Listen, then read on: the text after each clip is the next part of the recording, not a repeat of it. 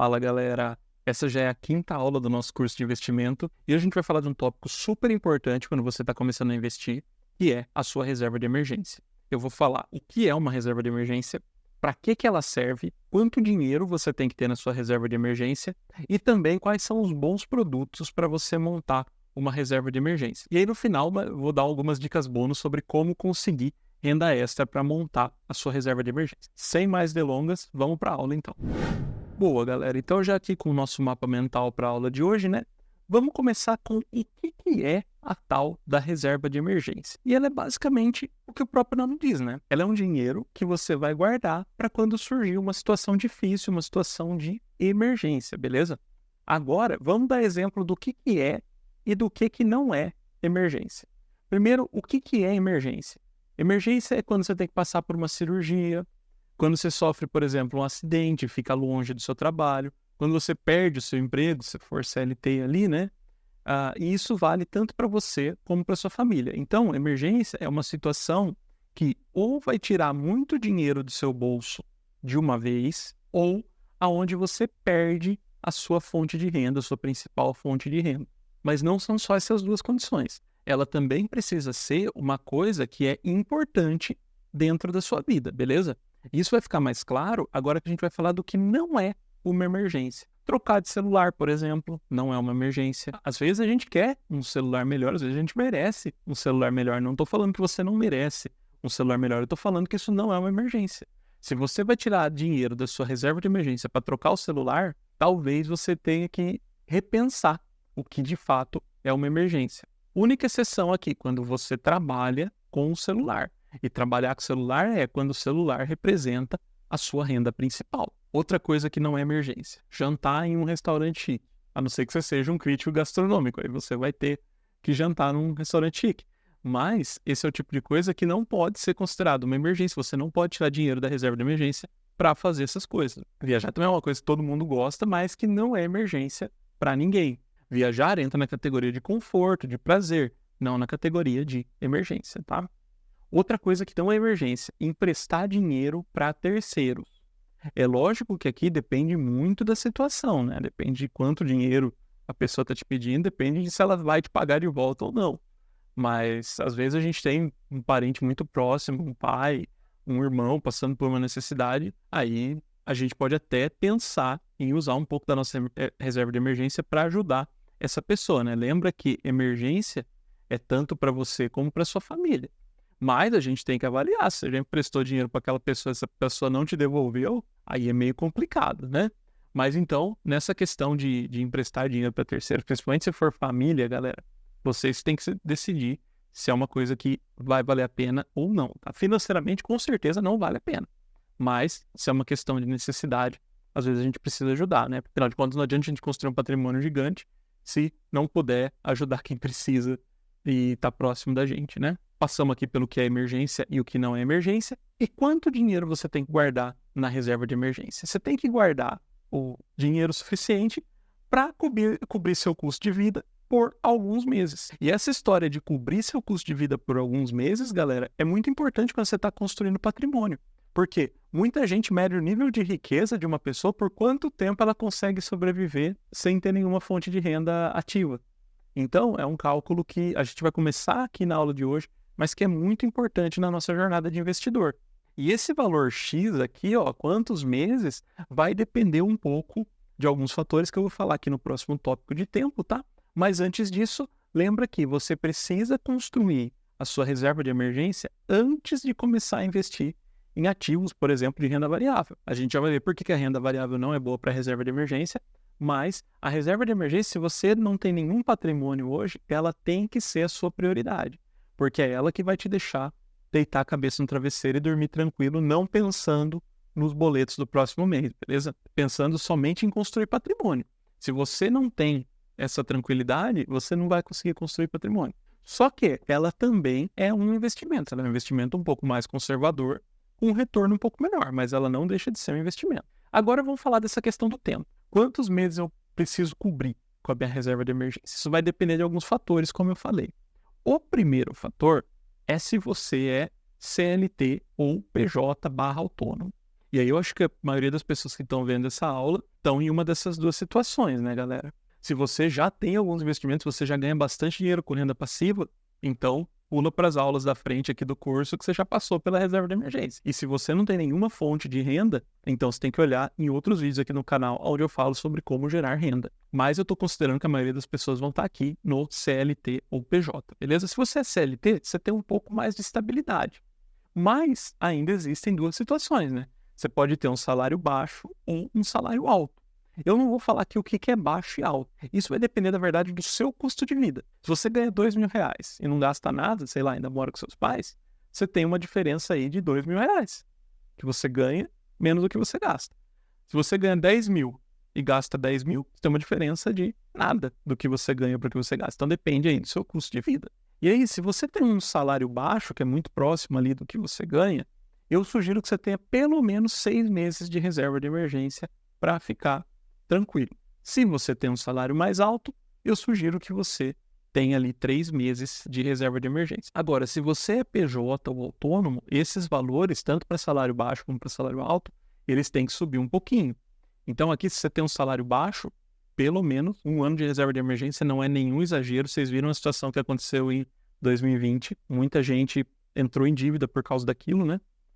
Então, ter ali 12 meses de reserva de emergência, acreditem, vai rápido se você não tiver nenhuma fonte de renda. E se você tem um salário alto, sendo PJ, pelo menos ali 6 meses, metade de um ano garantido dentro da sua reserva de emergência. Claro, galera, que eu não quero aqui ditar regra nenhuma. Depende muito da situação de cada um. É só você que vai poder decidir quanto que você tem na sua reserva de emergência. Aqui são só alguns números para ajudar nessa tomada de decisão, tá legal? Eu trouxe uns exemplos também, né? Primeiro exemplo do José. José é autônomo, tem um salário médio ali de R$3.000 e um gasto médio de R$2.000.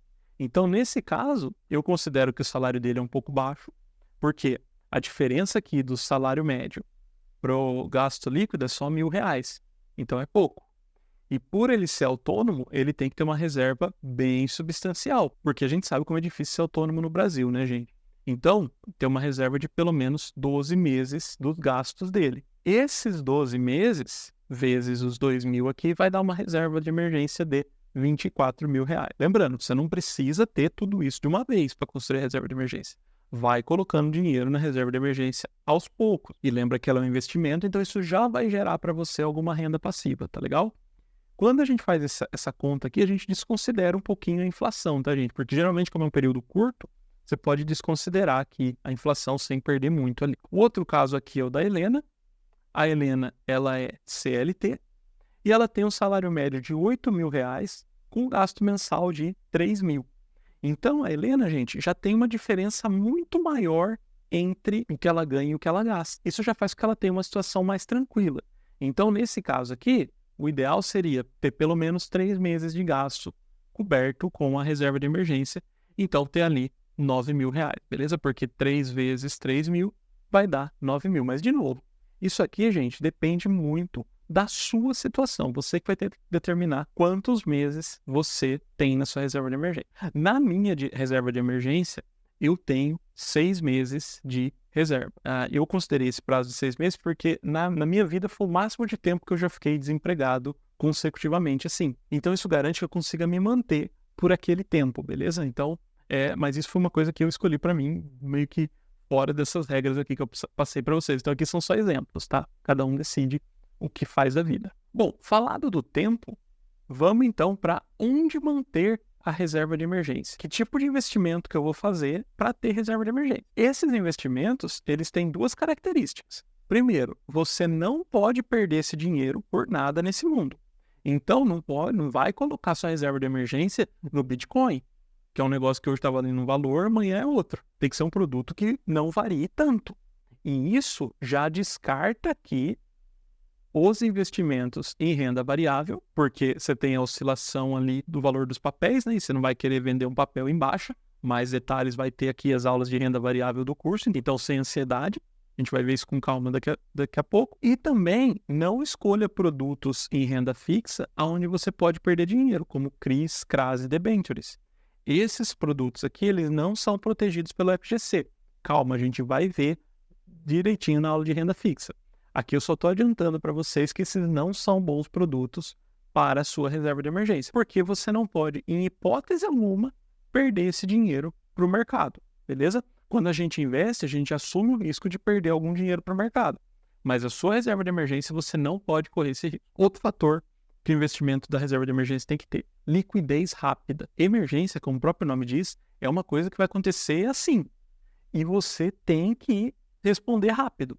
Então, você não pode falar, daqui a 30 dias eu pago isso. Geralmente não é assim que funciona com emergências.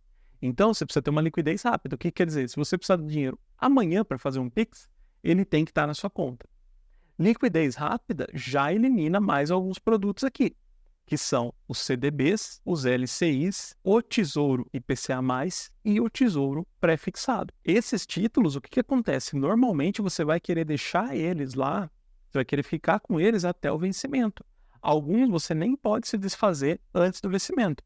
Então esse dinheiro fica lá, esses investimentos aqui, eles são seguros, o risco de você perder dinheiro aqui é muito baixo, mas esses investimentos aqui, seu dinheiro vai ter que ficar bloqueado por algum tempo dentro dos investimentos. Então, não é uma boa para a reserva de emergência. E o que sobra para a gente, então? Contas digitais, que são ali, por exemplo, a conta do Nubank ou as caixinhas. Toma cuidado se você for entrar na caixinha, tem um monte de letrinha miúda que eu recomendo que vocês leiam. Conta do C6, conta do IT. Esse tipo de conta ficou muito popularizado com os bancos digitais, tá? E eles normalmente vão render um pouquinho ali, normalmente 100% do CDI, tá bom? Mas esse não é o melhor lugar para você deixar a sua reserva de emergência. Por quê? Pelo menos no meu caso, gente, me conta aí se acontece com vocês. Às vezes sobra um dinheirinho ali na conta e você dá uma gastada a mais. Você vai num restaurante um pouquinho melhor, você pede uma bebida a mais ali no happy hour. Então, às vezes, a gente dá aquela descontrolada quando a gente tem muita liquidez. Aonde que eu gosto de deixar a minha reserva de emergência? No Tesouro Selic, que é um investimento que, se você precisar tirar o dinheiro dali, você pode tirar amanhã, que ele tem ali uma liquidez de D+1. Então, quer dizer o quê? Se você pedir o resgate amanhã ou no próximo dia útil, né, o dinheiro vai estar na sua conta, que é mais ou menos o mesmo esquema da caixinha do Nubank. Então, a caixinha do Nubank também é uma boa opção, pelo menos para mim, porque esses tipos de investimento, eles têm uma liquidez rápida, mas não tão rápida. Então, você não consegue gastar sem pensar. Tem que pedir o dinheiro pelo menos um dia antes ou algumas horas antes ali para poder gastar aquele dinheiro. Então, isso já é um fator que ajuda a gente dentro do psicológico para não gastar aquele dinheiro, porque, de fato, a gente só pode usar esse dinheiro com emergências. E por último, mas não menos importante, lembra do nosso exemplo do cara que tinha que ter 24 mil ali na reserva de emergência? Todo esse patrimônio, muitas vezes, a gente não tem na hora. Ele pode ir sendo construído aos poucos. Então, vamos falar um pouco de maneiras de construir esse patrimônio. E aqui, gente, infelizmente não tem uma fórmula mágica. Tem 2 passos que a gente tem que seguir, mas não tem fórmula mágica. O primeiro passo é cortar gastos. E quando a gente corta gasto, tenha em mente que o dinheiro que você economiza é mais valioso do que o dinheiro que você ganha. Como assim? O dinheiro que você economiza já é um dinheiro seu, certo? Então vamos supor que você economizou R$100. Isso é muito melhor do que ganhar R$100, porque os R$100 que você ganha, você ainda vai ter que pagar o imposto de renda sobre aqueles R$100. Então, isso já vai diminuir um pouquinho o valor. Então, o seu maior aliado na hora de construir uma reserva de emergência é o corte de gasto. Aí você vai me falar, mas Paulo, eu já não tenho mais onde cortar gasto. Tudo bem, às vezes pode ser o caso. E aí você tem que partir para a segunda estratégia, que é fazer renda extra. Não tem outra forma, galera. Tem que trabalhar um pouco mais, fazer uma rendinha extra. A gente tem aqui um vídeo com 7 dicas de renda extra que eu vou deixar linkado aqui para você assistir depois desse daqui, beleza? Se você não viu esse vídeo ainda, dá uma pausa aqui no curso e vai ver antes de continuar. Então é isso, galera. Nessa aula a gente falou tudo o que você precisa saber sobre reserva de emergência e a partir de agora a gente vai começar a falar de renda fixa aqui dentro do curso, beleza, gente? Então se você gostou, deixa o like, se inscreve no canal para a gente poder trazer esse tipo de conteúdo para você aqui de graça, para você aprender a gerir e gerir muito bem o seu dinheiro, beleza? Um abraço para vocês e até a próxima.